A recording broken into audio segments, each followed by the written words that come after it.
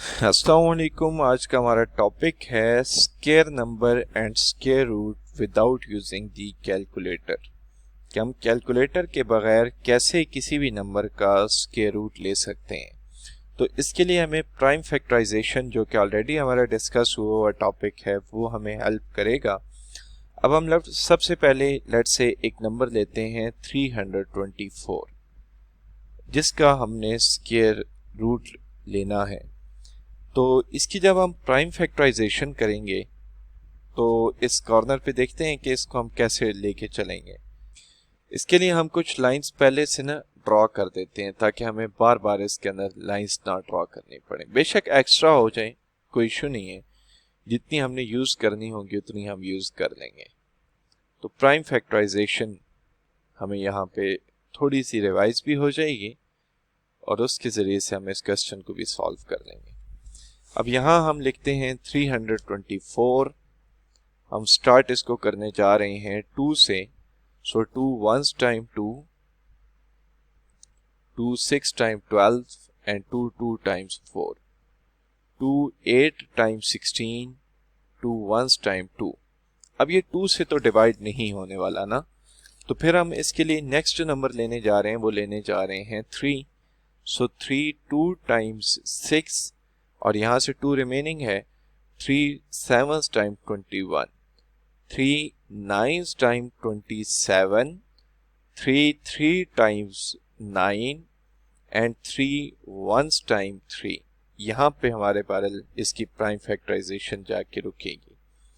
अब हमारे पास जब 324 के हवाले से बात है तो व्हाट डज इट मीन्स कि 324 को हम लिख सकते हैं 2 multiply by 2 multiply by 3 multiply by 3 multiply by 3 and multiply by 3, यानी कि ये 4 टाइम्स है हमारे पास 3 और 2 टाइम्स है 2।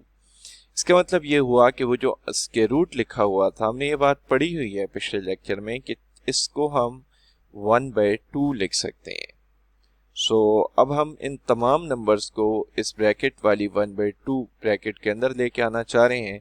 सो 2 multiply by 2 multiply by 3 multiply by 3 multiply by 3 and multiply by 3 whole raised to the power 1/2। अब हम इसको लिख लेंगे 2 raised to the power 2 और यहाँ पे 3 कितने टाइम्स है, 3 तो 4 टाइम्स है, तो इसको हम लिख सकते हैं 3 raised to the power 4। अब whole raise to the power हमारे पास है 1/2। अब जैसे ही हम इसको ऑपरेट करेंगे तो ये बन जाएगा 2 की power 2 whole raise to the power 1/2। ये हमारे पास बन जाएगा 3 raise to the power 4 whole raise to the power 1/2। अब जब हम इसमें कैंसिलेशन करेंगे तो 2 तो 2 से कैंसल आउट हो जाएगा और यहां जब हम कैंसिलेशन करेंगे तो 2 2 टाइम्स 4 होता है। तो हमारे पास नेक्स्ट पेज पे अगर मैं देखूं तो मेरे पास रह जाएगा ये 2 रेज़ टू द पावर 1 और 3 रेज़ टू द पावर 2। इसको हम लिख सकते हैं 18, यानी कि 2 multiply by 9। So my answer is 18। सो अगर हम इसको कैलकुलेटर से भी करते तो हमारा 100% है कि आंसर 18 ही आता। So this was the method कि कैसे हमने इसको विदाउट यूजिंग कैलकुलेटर किया, लेकिन इसके अंदर जो हमें यूज हुआ है वो प्राइम फैक्टराइजेशन हमें यूज हुई है, प्राइम फैक्टराइजेशन। अब हम सिमिलरली एक ऐसा नंबर ले सकते हैं जिसकी हमने प्राइम फैक्टराइजेशन करनी हो और देखते हैं कि उसका आंसर क्या आता है। लेट्स से हमारे पास एक नंबर है 64। अब हम 64 का क्यूब रूट कैलकुलेट करना चाह रहे हैं, cube root.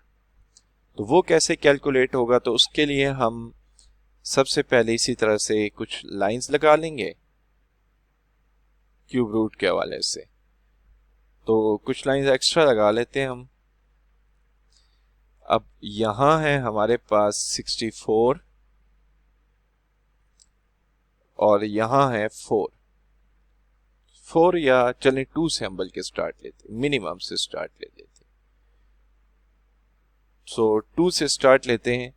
So 2 3 times 6, 2 2 times 4, 2 16 times, 2 8 times, 2 4 times. हमें एक और लाइन लगानी होगी ताकि इसकी प्राइम फैक्टराइजेशन यहाँ कंप्लीट हो जाए. So last will be 2 2 times. So हमारे पास इसकी प्राइम फैक्टराइजेशन यहाँ जाके एंड हो जाए. अब अगर हम इन नंबर ऑफ टूज को काउंट करें तो ये तो 6 हैं. तो बेसिकली हमारे पास स्टेटमेंट बन जाएगी 2 multiply by 2 multiply by 2 multiply by 2 multiply by 2 and multiply by 2. ये जो 3 लिखा हुआ है इसको हम यूं लिख देते हैं bracket raise to the power 1/3. क्योंकि इस तरह लिखा हो या इस तरह लिखा हो दोनों का मतलब एक ही बनता है. अब हम अगर इनको काउंट करें तो ये बनते हैं 1 2 3 4 5 एंड 6. तो ये बन जाएगा 2 रेज टू द पावर 6. अब 2 रेज टू द पावर 6 को हम लिख सकते हैं 1/3. अब हम अगर देखें तो ये इससे कैंसल आउट हो रहा है. जब ये इससे कैंसल आउट हो जाएगा तो 3 2 टाइम्स 6 होता है. तो वी नीड टू मेंशन कि हमारे पास इसका आंसर क्या आता है. सो ये हमारे पास बन जाएगा 2 raise to the power 2. So finally हमारा जो आंसर आ रहा है वो आ रहा है 4. So what does it means कि जो 64 होता है उसका क्यूब रूट जो होता है वो 4 के बराबर होता है. लेकिन हमें इसमें एक बात मेक श्योर करनी होगी, वो जो बात हम पहले भी डिस्कस कर चुके हैं कि 64 का तो क्यूब रूट एग्जिस्ट कर रहा है क्योंकि इसके अंदर जो नंबर ऑफ टूज आए थे वो ऐसे आ रहे थे जो पूरे 3 से डिवाइड हो रहे हो. अब फर्ज करें मैं ये कहूँ कि हमने 16 का क्यूब रूट लेना है तो 16 का क्यूब रूट पॉसिबल नहीं है. द रीज़न इज़ दैट कि हम 16 की जब प्राइम फैक्टराइजेशन करेंगे तो नंबर ऑफ टूज इतने आएंगे कि वो इस 3 के साथ डिवाइड नहीं हो सकेंगे. तो फिलहाल क्योंकि हम एक इसको ओ लेवल पे डिस्कस कर रहे हैं तो चीज़ें हमारे पास बिल्कुल टू द पॉइंट है कि हमारे जो एट द एंड आंसर हैं वो डेसिमल की सूरत में नहीं आ रहे, वो इंटीजर आ रहे हैं. जैसे मैंने इसमें कैलकुलेट किया तो हमारा आंसर 18 आया और हमने इसमें कैलकुलेट किया तो हमारा आंसर 4 आया. तो दैट वाज ऑल अबाउट कि विदाउट यूजिंग कैलकुलेटर हम क्यूब रूट और स्क्वायर रूट को कैसे कैलकुलेट कर सकते हैं. सो इन द नेक्स्ट लेक्चर हम इसकी एप्लीकेशन को डिस्कस करेंगे. अल्लाह हाफिज़.